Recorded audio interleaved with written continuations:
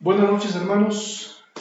Un privilegio poder estar una vez más con ustedes en este estudio sistemático de la epístola del apóstol Pablo a los romanos. La semana anterior estuvimos disertando, explicando la porción de Romanos 13 y hoy trataremos de continuar, lo haremos a partir del verso número 8. Pero antes de eso, quisiera que oráramos esta noche y si usted tiene una necesidad, una petición o una acción de gracias, ahora mismo juntos hagámoslo en el nombre del Señor. Padre, te damos gracias. Eres bueno, perfectamente bueno. Y te agradecemos por tu amor y tu bondad, por tu misericordia. Reconocemos que sin ti nada podemos hacer. Hoy ponemos en tus manos la vida, la salud, los recursos, muchos o pocos, pero en ellos ayúdanos a gozarnos y deleitarnos en tu presencia. Dirígenos por tu Santo Espíritu esta noche para poder continuar, Señor, en la exposición de tu palabra.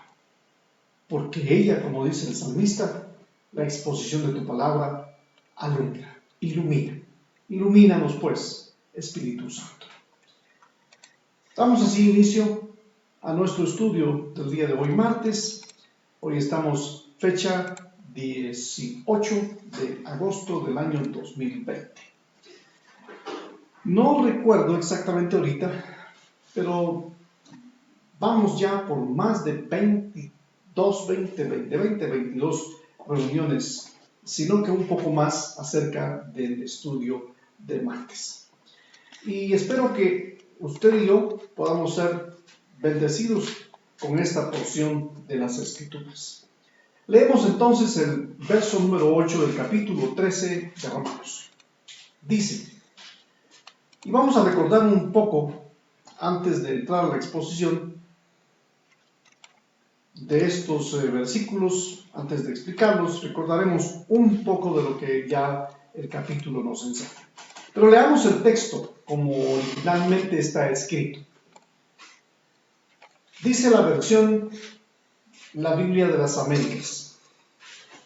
Dice de esta manera: no debáis nada a nadie,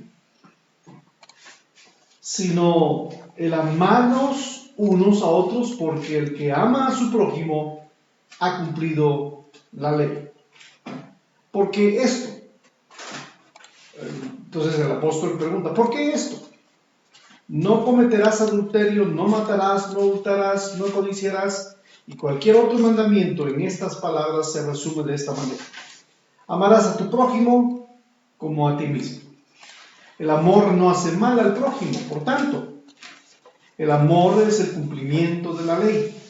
Y hacer todo esto conociendo el tiempo, que ya es hora de despertaros del sueño. Porque ahora la salvación está más cerca de nosotros que cuando creímos. La noche es muy avanzada y el día está cerca. Por tanto, desechemos las obras de las tinieblas y vistámonos con las armaduras de la luz. Andemos decentemente. La Biblia Reina Valera 60 dice: andemos como de día y hagámoslo honestamente. La versión de las Américas dice: andemos decentemente como de día, no en orgías y borracheras, no en promiscuidad sexual y lujurias, no en pleitos y envidias. Antes bien, vestidos del Señor Jesucristo y no penséis en proveer para las lujurias de la carne. El capítulo 13 es un pasaje o un capítulo muy conocido por el cristianismo. Por nosotros los cristianos conocemos bastante de este capítulo, y principalmente cuando se piensa en el inicio del capítulo, recordemos que está hablando acerca de que se sometan todas las potestades superiores, porque no hay potestad sino de Dios, y las que son de Dios son ordenadas por Él. Así que el que se opone a la potestad o a la autoridad, vale la pena mencionar que esta versión que también estoy leyendo habla, en lugar de la palabra autoridad, menciona la palabra potestad.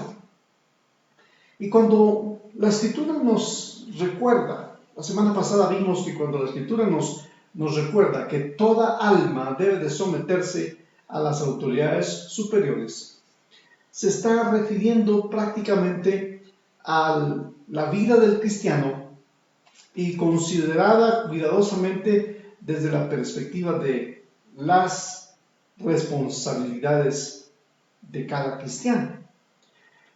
En el reino de los cielos, dijimos que el reino de los cielos tiene un rey y que el rey es Jesús y que ese reino tiene leyes y que esas leyes están plasmadas por las escrituras mismas. Ellas son el reflejo de ese reino y de ese rey, y nosotros somos los súbditos de este rey.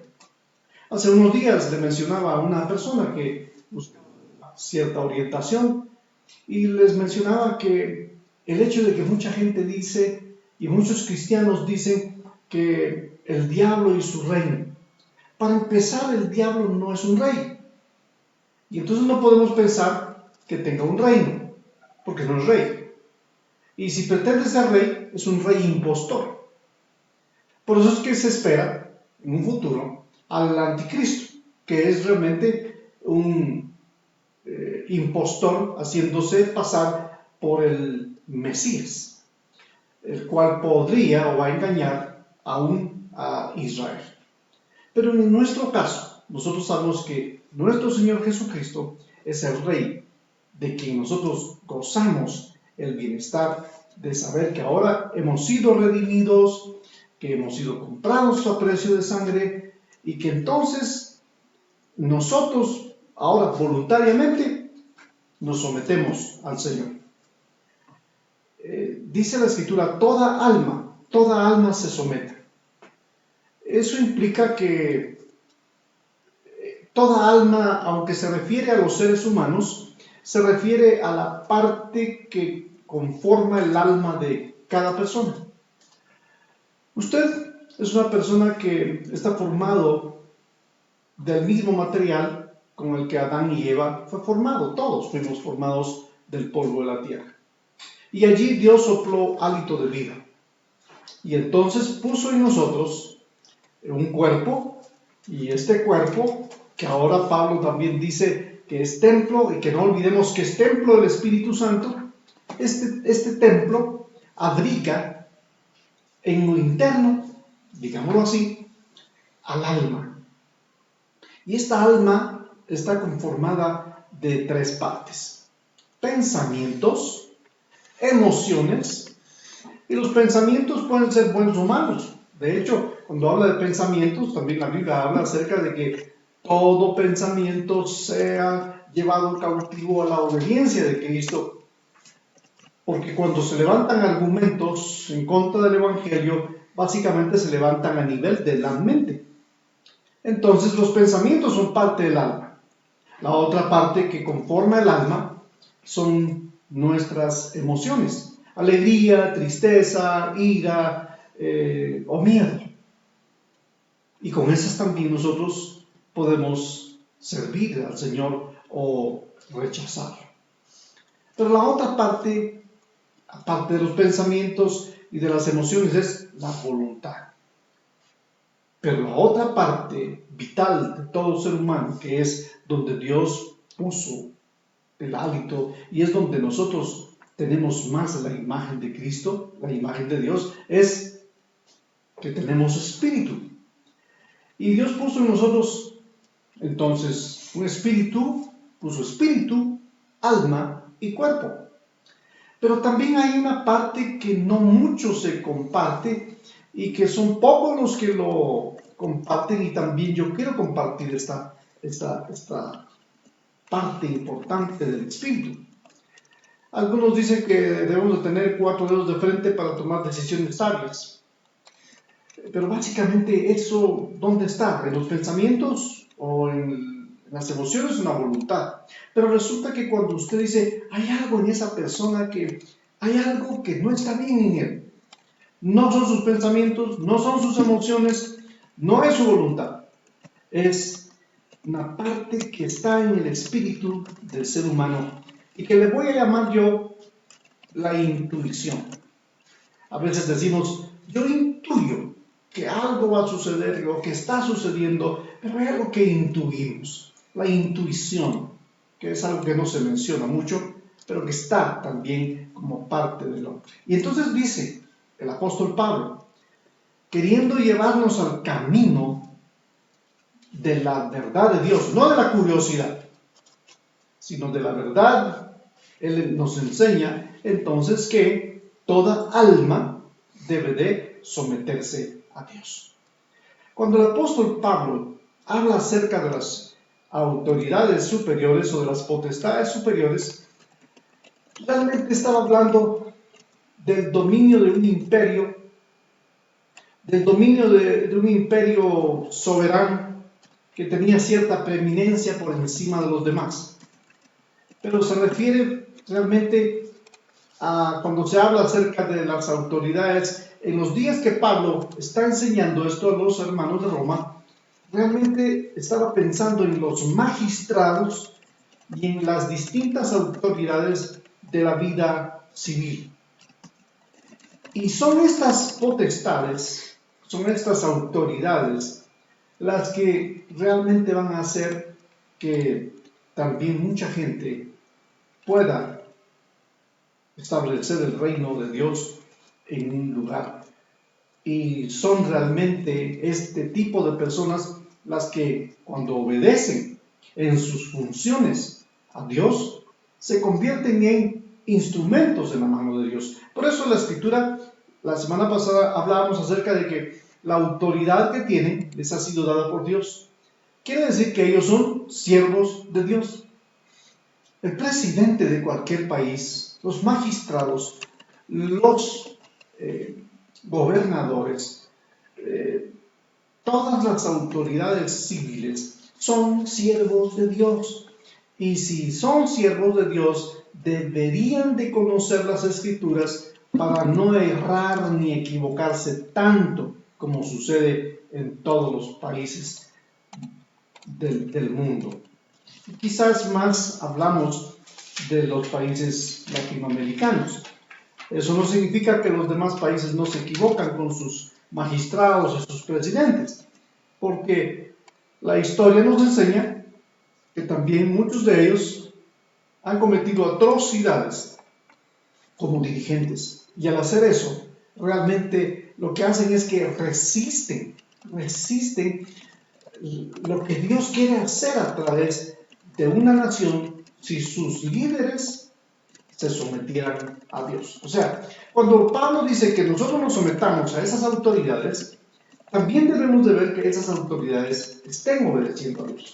Y si no lo están haciendo, a usted y a mí nos corresponde obedecer al Señor. En este caso, vayamos al versículo que nos corresponde esta noche, que es el verso 8, y cuando dice que no le debamos nada a nadie sino el amar los unos a otros, ¿qué estaría pensando el apóstol Pablo?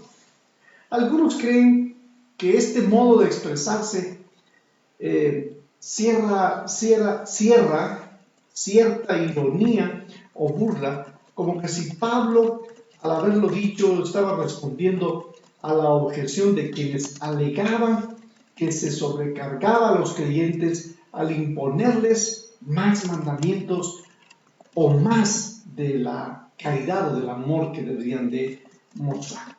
Y en efecto, no se niega que esto puede aceptarse como una ironía, porque el apóstol Pablo concede a las personas que también tengan la libertad de poder expresar su deseo de servir a Dios y demostrar que aman a Dios sometiéndose a las autoridades.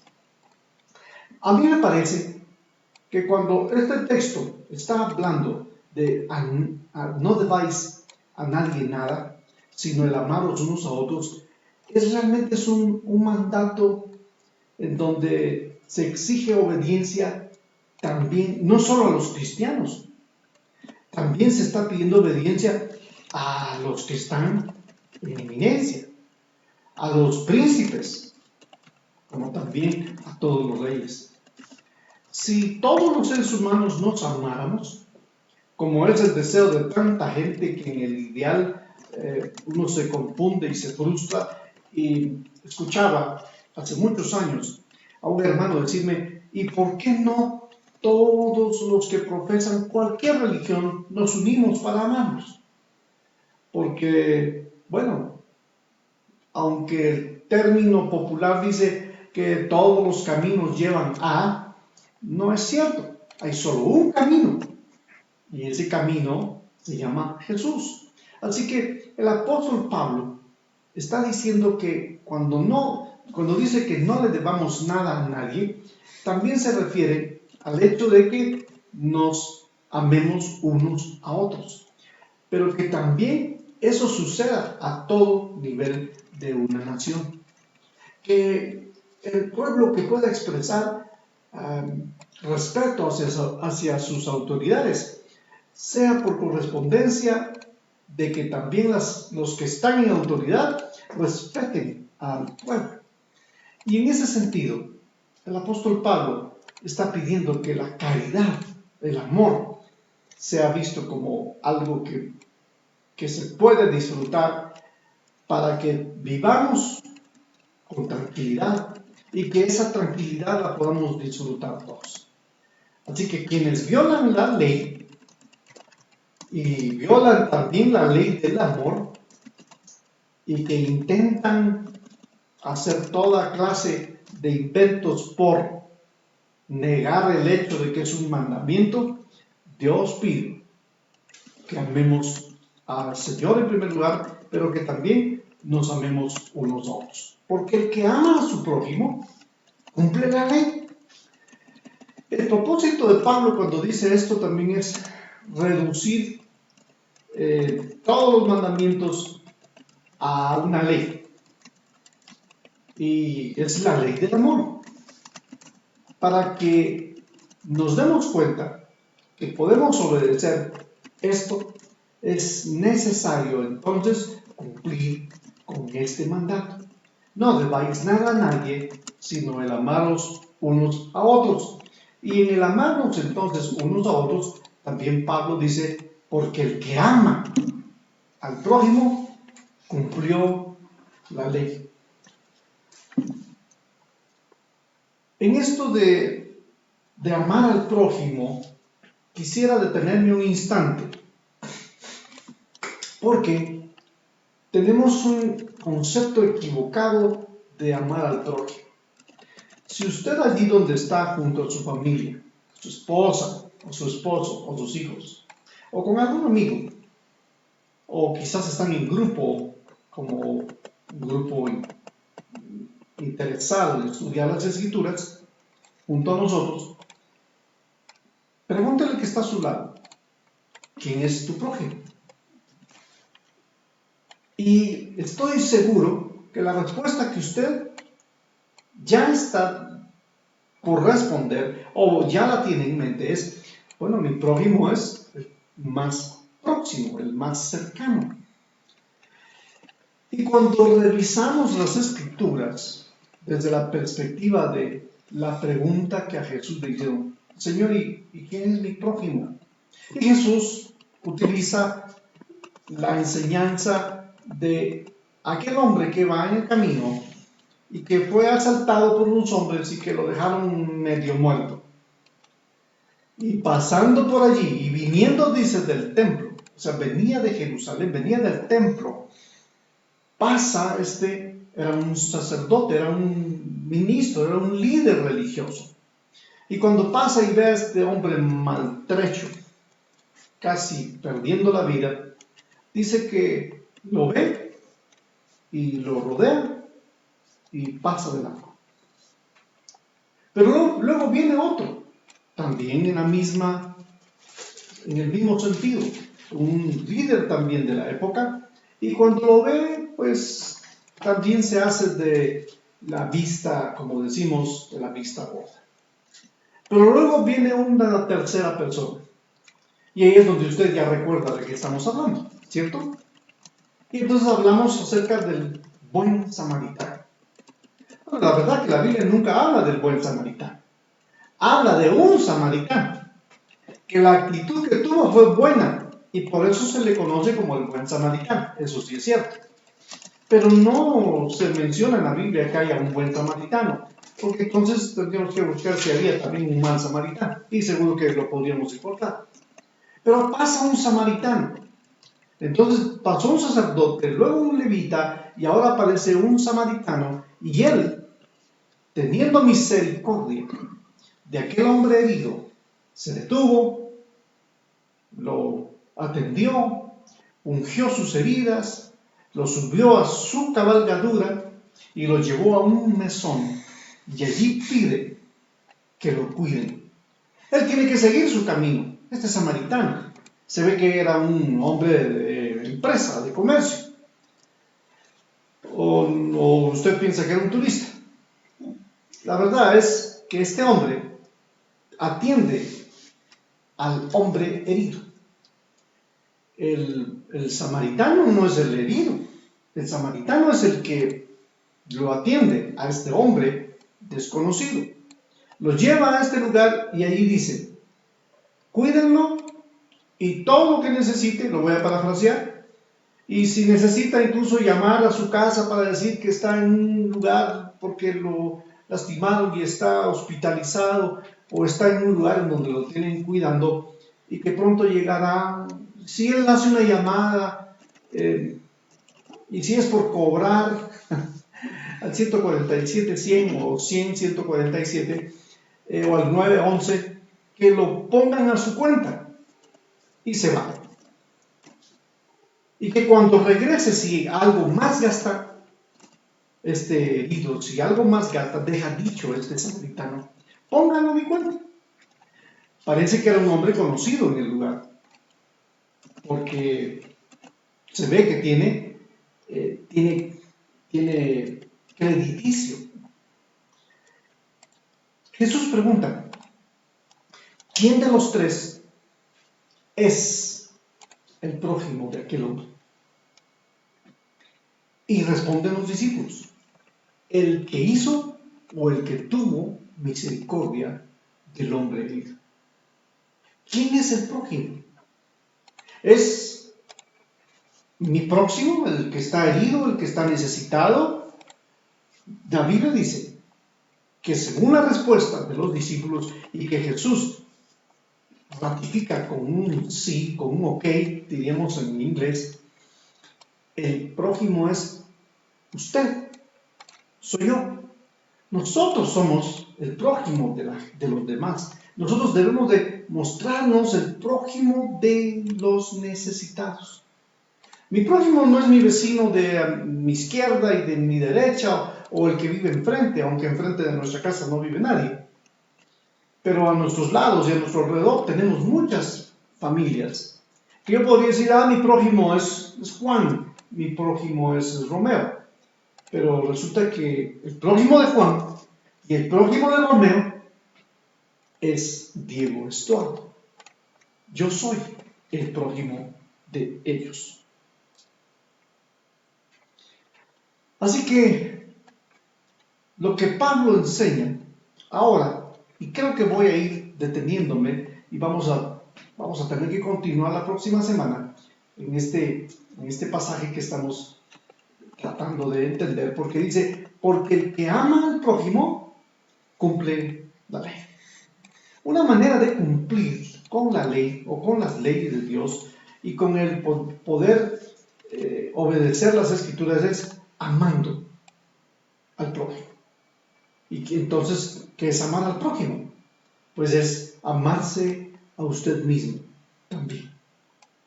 Hay personas que no se aman a sí mismas. Hay personas que tienen un rechazo y cierta repulsión al verse en el espejo, al saber el apellido que tienen, al conocer las circunstancias y las necesidades que tienen. Se ven con menosprecio, con baja autoestima. La Biblia nos enseña entonces que esto puede ser un tropiezo, puede ser algo que es de lo cual podría ser difícil salir, pero enfrentarlo es una bendición, porque cuando cumplimos con la ley de Dios, y aquí no estoy hablando de la ley mosaica únicamente, sino estoy hablando de toda la ley como la Escritura. Cuando Pablo dice que debemos de predicar y debemos de aconsejar todo el consejo de la palabra, a esto en cierto modo me refiero, que debemos de cumplir con la ley. Pablo entonces va a continuar, y esto lo dejaremos para la próxima semana. Hoy hemos hecho un programa o hemos hecho un estudio muy breve por cuestiones del tiempo, las conexiones en internet, a veces cuando hay mucha lluvia o tal vez hay muchas personas conectadas al mismo tiempo, llegando a sus hogares con la enseñanza y la predicación de la palabra, cuesta a veces llegar. Así que nuestras disculpas por la forma de haber llegado un tanto atrasados, pero es nuestro deseo sincero que usted y yo podamos vivir lo que la palabra enseña. Leo el verso que entraremos a explicar la próxima semana y con esto finalizaremos el estudio. Verso 9. Porque no adulterarás, no matarás, no hurtarás, no dirás falso testimonio, no codiciarás. Y si hay algún otro mandamiento en esa sentencia que se comprenda como un sumario, pues también agrega: amarás a tu prójimo como a ti mismo. Así que de eso es lo que Pablo está hablando cuando dice en el verso 8, porque el que ama al prójimo cumple la ley. ¿Qué ley? Amar a Dios. Porque recordemos que el primer mandamiento no es amarás a Dios y a tu prójimo como a ti mismo. Ese es el resumen que Jesús hizo de toda la ley. El primer mandamiento de la Escritura es: no te harás dioses ajenos, no tomarás el nombre de Dios en vano. Así que, ante esta enseñanza del apóstol Pablo a los hermanos de Roma, queda entonces el hecho claro de que el creyente debe de tener una actitud como ciudadano del reino de los cielos, una actitud de amar. Una palabra tan interesante de la cual los poetas han hecho uso, los artistas, los compositores, pero amar es algo muy especial que los cristianos debemos de aprender a vivir. El amor no es perjudicial. El amor no ofende a sus semejantes. El amor no solo es un pensamiento, no solo son palabras. El amor o la caridad está comprendido como la práctica suprema de la vida del cristiano. Jesús dijo: y en esto conocerán que son mis discípulos, que se aman unos a otros. Que el Señor les guarde y les bendiga, y que en el transcurso de esta semana que estamos apenas iniciando, Dios les ayude a identificar a la autoridad a la que hay que someterse, como también a amar al prójimo, que es usted mismo, y usted como prójimo, amar a las demás personas, y con eso mostrar que somos gente del reino que ama la paz y la justicia. Que el Señor les guarde. Bendiciones.